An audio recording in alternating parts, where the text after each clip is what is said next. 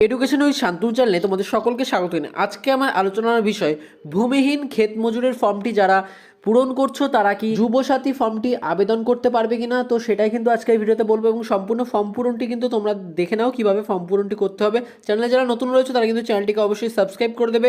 প্রথমেই বলে রাখি, যারা ভূমিহীন ক্ষেত মজুরের জন্য ফর্মটি ফিল আপ করছো তারাও কিন্তু যুবসাথী ফর্মটি জন্য আবেদন করতে পারবে।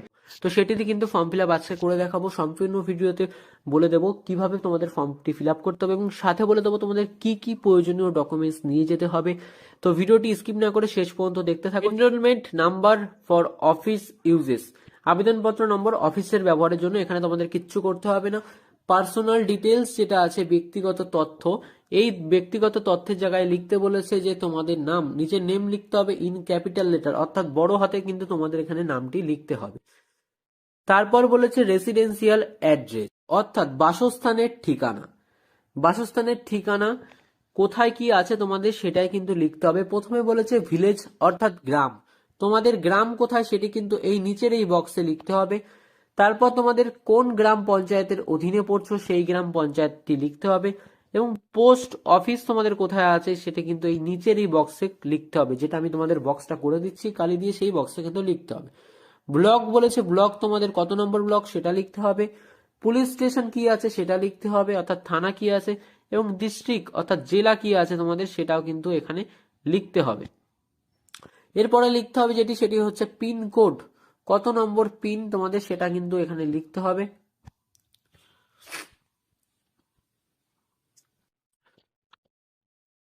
তারপর বলেছে ফাদার্স বা হাজবেন্ডস নেম, পিতা বা স্বামীর নাম এখানে কিন্তু লিখতে হবে, যেখানে তোমাদের জন্ম তারিখ প্রথমে প্রথমে ডেট লিখতে হবে, তারপর মাস লিখতে হবে এবং তারপর কিন্তু ইয়ার লিখতে হবে। এবং এজ বলেছে 1/4/2026, এই তারিখে তোমাদের বয়স কত হচ্ছে সেটা কিন্তু এইখানে আবেদন করে সময় কিন্তু লিখতে হবে। যদি মনে করো যদি কারো 24 হয়ে থাকে তাহলে লিখবো 2 আর 4, এখানে 24। তো আমি এরকম একটা এক্সাম্পলের জন্য তোমাদের বললাম। এরপরে আছে জেন্ডার বা লিঙ্গ এবং পাশেই আছে কাস্ট বা শ্রেণী। তো জেন্ডার তোমরা যদি পুরুষ হও তাহলে মেল, মহিলা হলে ফিমেল, এবং আদার্স বা অন্যান্য কোনো জেন্ডার হয়ে থাকলে কিন্তু সেটা আদার্সে ক্লিক হবে। এবং যদি জেনার এবং কাস্টের চলে যাই আমরা, কাস্টে বলেছে এখানে general, SC ST OBC. General অর্থাৎ সাধারণ কাস্ট, এসসি থাকলে তপশিলি জাতি এবং এসটি তপশিলি জাতি এবং ওবিসি অন্যান্য শ্রেণীর। তো যেটি হবে সেটি নিচে কিন্তু তোমাদের টিক চিহ্ন দিতে হবে। দেখো ছোট ছোট করে বক্স করে দেওয়া আছে, এই বক্সের মধ্যে কিন্তু তোমাদের টিক চিহ্ন দিতে হবে। পরে বলেছে mobile number link with bank account, এমন একটি মোবাইল নাম্বার দিতে হবে যেটি তোমাদের ব্যাংক অ্যাকাউন্টের সঙ্গে অবশ্যই কিন্তু লিঙ্ক করা থাকবে। তো সেই মোবাইল নাম্বারটি তোমরা এইখানে লিখবে, দেখতেই পাচ্ছ আমি বক্স করে দেখিয়ে দিলাম, এই বক্সের মধ্যেই কিন্তু তোমাদের লিখতে হবে মোবাইল নাম্বারটি। তারপর বলছে আধার কার্ড নাম্বার ম্যান্ডেটরি, তো আধার কার্ড কিন্তু অবশ্যই নাম্বার দিতে হবে। এখানে তোমাদের আধার কার্ডে যে 12 ডিজিটের যে নাম্বারটি রয়েছে সেটা এখানে দিতে হবে। ভোটার কার্ড বা ইপিক নম্বর কিন্তু এখানে দিতে হবে, এটা অপশনাল, দিলেও হবে না দিলেও হবে, কোনো ব্যাপার নেই, যদি তোমাদের থেকে থাকে তাহলে কিন্তু অবশ্যই দিয়ে দেবে। এরপরে চাইছে যে ব্যাংক ডিটেলস, অর্থাৎ ব্যাংকের তথ্য কিন্তু আমাদের এখানে পূরণ করতে হবে। তার জন্য প্রথমে name as per bank account, অর্থাৎ ব্যাংকের নাম অনুযায়ী কিন্তু এখানে লিখতে হবে। অ্যাকাউন্ট নম্বর চেয়েছে, আইএফসি কোড চেয়েছে, ব্রাঞ্চ নেম চেয়েছে, ব্যাংকের নেম চেয়েছে এবং অ্যাকাউন্ট টাইপ কি আছে সেটা চেয়েছে এবং অ্যাকাউন্ট ব্যাংক ডকুমেন্ট গুলো কিন্তু সাথে চেয়েছে। তো ব্যাংকের নাম তোমরা লিখবে, তো ব্যাংকের নাম কিন্তু তোমরা ঠিক এই জায়গাটিতে লিখবে, কোন ব্যাংকের বই আছে তোমাদের সেটা, এবং অ্যাকাউন্ট নাম্বারটা তোমাদের লিখতে হবে এই জায়গাতে। দেখো আমি কিন্তু মার্ক করে দিচ্ছি। তারপরে অ্যাকাউন্ট নাম্বার আইএফসি কোড, অর্থাৎ ব্যাংকের আইএফসি কোড যেটা আছে সেটা কিন্তু এই বক্সের মধ্যে তোমাদের লিখতে হবে। অ্যাকাউন্ট নেম অর্থাৎ ব্যাংকের নেম যেটা আছে সেটা কিন্তু এখানে লিখবে। ব্যাংকের ব্রাঞ্চের নেম অর্থাৎ শাখার নাম এখানে লিখবে এবং এর সাথে অ্যাকাউন্ট টাইপ, তোমাদের কোন ব্যাংক অ্যাকাউন্ট, সেভিংস অ্যাকাউন্ট না কারেন্ট অ্যাকাউন্ট, সেটার উপর কিন্তু তোমাদের টিক চিহ্ন দিতে হবে। উইথ ফটোগ্রাফ ব্যাংক পাসবুক, অর্থাৎ ফটো সহ ব্যাংকের পাসবই লাগবে এবং যদি কারো ক্যান্সেল চেক বাতিল চেক থেকে থাকে তাহলে সেটা দিলেও কিন্তু হবে।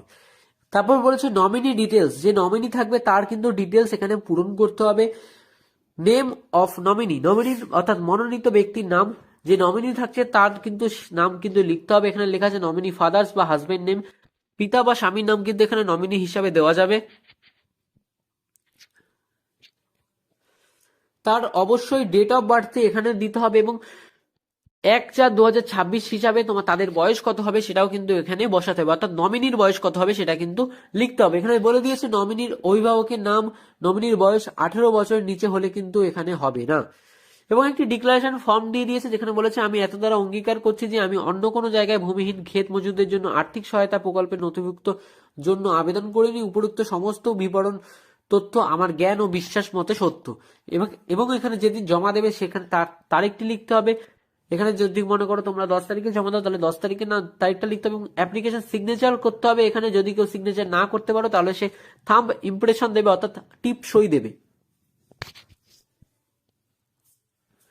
এরপরে রয়েছে অ্যাকনলেজমেন্ট বা প্রাপ্তি স্বীকার। এই স্লিপটি কিন্তু তোমাদের ওখান থেকে জমা দেওয়ার পর তোমাদের কিন্তু ছিঁড়ে তোমাদেরই দিয়ে দেওয়া হবে স্লিপটি। তো এখানে এনরোলমেন্ট নাম্বার দিতে হবে, আবেদনপত্র নম্বর এবং নেম অফ অ্যাপ্লিকেন্ট, যে আবেদন করছে তার নামটি কিন্তু এই উপরে লিখতে হবে। অ্যাকনলেজমেন্ট আইডি কিন্তু এখানে বসাতে হবে এবং যেই তারিখে আবেদন করছে সেই তারিখটি কিন্তু এখানে দিতে হবে এবং রিসিভার সিগনেচার কিন্তু এখানে করতে হবে। তো এই পুরোটাই কিন্তু ওখান থেকে করে তোমাদের দিয়ে দেওয়া হবে। দেখো এখানে কিন্তু একটা ক্রপ অর্থাৎ কাচির কিন্তু একটা চিহ্ন দেখতে পাচ্ছ, যার মাধ্যমে বোঝাচ্ছে যে এটা কিন্তু তোমাদের কেটে তোমাদের দিয়ে দেওয়া হবে। তো পরের পেজে যাওয়া যাক। পরের পেজে কি করতে হবে দেখে নাও। পরের পেজে বলেছে ভূমিহীন ক্ষেত মজুরদের জন্য আর্থিক সহায়তা প্রকল্পে আবেদনের সহ ঘোষণাপত্র অর্থাৎ সেলফ ডিক্লারেশন ফর্ম। তারপর নিজের নাম লিখবে, আমি আমি ড্যাশ লিখে নিজের নাম লিখবে, উপভোক্তার নাম এখানে লিখবে, পিতা বা স্বামীর নাম এখানে লিখবে, গ্রামটি এখানে লিখবে, তোমাদের গ্রাম পঞ্চায়েত বা মিউনিসিপ্যালিটি কোনটি সেটা লিখবে এবং ব্লকটা লিখবে এবং থানা তোমরা কোন থানার অন্তর্গত সেটাও কিন্তু এখানে লিখতে হবে। ড্যাশ জেলায় স্থায়ী বাসিন্দা, এত দ্বারা আমরা ঘোষণা করছি যে আমার কোনো চাষযোগ্য জমি নেই, আমি ভাগ চাষি বা বর্গাদার হিসেবে নথিভুক্ত নই, আমি জীবনে ধারণের জন্য অন্য কৃষি জমিতে ক্ষেত মজুর হিসাবে কৃষি সংশ্লিষ্ট কাজে পুরোপুরি নির্ভরশীল। এই মোতাবেক ভূমিহীন ক্ষেত মজুরের জন্য বার্ষিক আর্থিক সহায়তা প্রকল্পে পাওয়ার জন্য আমি আবেদন করছি। আমি আরো ঘোষণা করছি যে আমার জ্ঞান ও বিশ্বাস মতে উপরোক্ত তথ্য সঠিক। যদি কোনো সময় এই তথ্য ভুল প্রমাণিত হয় তাহলে উপযুক্ত কর্তৃক আমার এই প্রকল্পে সুবিধা পাওয়ার দাবি সরাসরি বাতিল করে দিতে পারেন ইতিমধ্যেই, এবং আমি যদি প্রকল্পের কোনো সুবিধা পেয়ে থাকি তাহলে ফেরত দিতে বাধ্য থাকিব। আমি রাজ্য সরকার নিম্নলিখিত প্রকল্পের জন্য একজন সুবিধাভোগী। তো সঠিক বাক্যে কিন্তু তোমাদের টিক চিহ্ন দিতে হবে। কৃষক বন্ধু তোমরা পাও, লক্ষ্মীর ভান্ডার না অন্যান্য। তো যেহেতু কৃষক বন্ধু সেহেতু কিন্তু কৃষক বন্ধুর উপর টিক চিহ্ন দিতে হবে এবং আবেদনকারী স্বাক্ষর বা টিপসই কিন্তু এখানে দিতে হবে উপরে, এবং আবেদনকারী মোবাইল নাম্বার কিন্তু নিচে লিখতে হবে। স্থান তোমরা কোথাকার বাসিন্দা সেটা এখানে লিখতে হবে এবং তারিখ কোন তারিখে তোমরা জমা দিচ্ছ সেটা কিন্তু এখানে লিখতে হবে। এবং নিচে দেখো, নিচেও কিন্তু সেম একই রকমের একটা ফর্ম রয়েছে, এটা কিন্তু ইংরেজিতে, তোমরা চাইলে কিন্তু ইংরেজি ফর্ম বা বাংলা ফর্ম যে কোনো একটা ভরতে পারো। এরপরে তোমাদের বলে রাখি যেই ডকুমেন্টস গুলো তোমাদের লাগবে সেগুলো দেখে নাও। পশ্চিমবঙ্গ সরকার কৃষি বিভাগে তোমাদের জমা দিতে যেই ডকুমেন্টস গুলো লাগবে সেগুলো হচ্ছে voter card, Aadhaar card, first page of bank passbook বা cancel cheque, mobile number link with bank account, self declaration, consent letter for using Aadhaar card, passport size photo, any other documents please specify. অন্য কোনো যদি নথি থাকে তাহলে কিন্তু দয়া করে উল্লেখ করুন এবং এখানে ডেট দিতে হবে। তোমাদের এখানে ডেট দিতে হবে, ক্যাম্পের লোকেশন কোথায় ক্যাম্পটি বসছে সেটা কিন্তু লিখতে হবে। Signature of the person receiving application, যে অ্যাপ্লিকেশনটি নেবে সে কিন্তু এখানে সিগনেচার করে তোমাদের দিয়ে দেবে, অর্থাৎ নিয়ে নেবে তিনি। এবং আরেকটি কথা যেটা তোমাদের বিশেষ, এই যেই বক্সগুলো রয়েছে দেখতে পাচ্ছ তোমরা, এই যে বক্সগুলো রয়েছে তোমরা দেখতে পাচ্ছ, এই বক্সগুলোর মধ্যে কিন্তু তোমাদের প্রত্যেককে টিক চিহ্ন দিতে হবে। অবশ্যই যেহেতু তোমরা এগুলো নিয়ে যাবে সেহেতু টিক চিহ্ন দিতে হবে। তো আশা করি তোমাদের বোঝাতে পারলাম যে কৃষক বন্ধুর ফর্মটি তোমরা কিভাবে বাড়িতে বসে ফিল আপ করবে। তো ভিডিওটি ভালো লাগলে অবশ্যই কিন্তু একটা লাইক করবে, চ্যানেল নতুন হয়ে থাকলে চ্যানেলটিকে অবশ্যই সাবস্ক্রাইব করবে কৃষক বন্ধুর সমস্ত আপডেট সবার আগে পাওয়ার জন্য।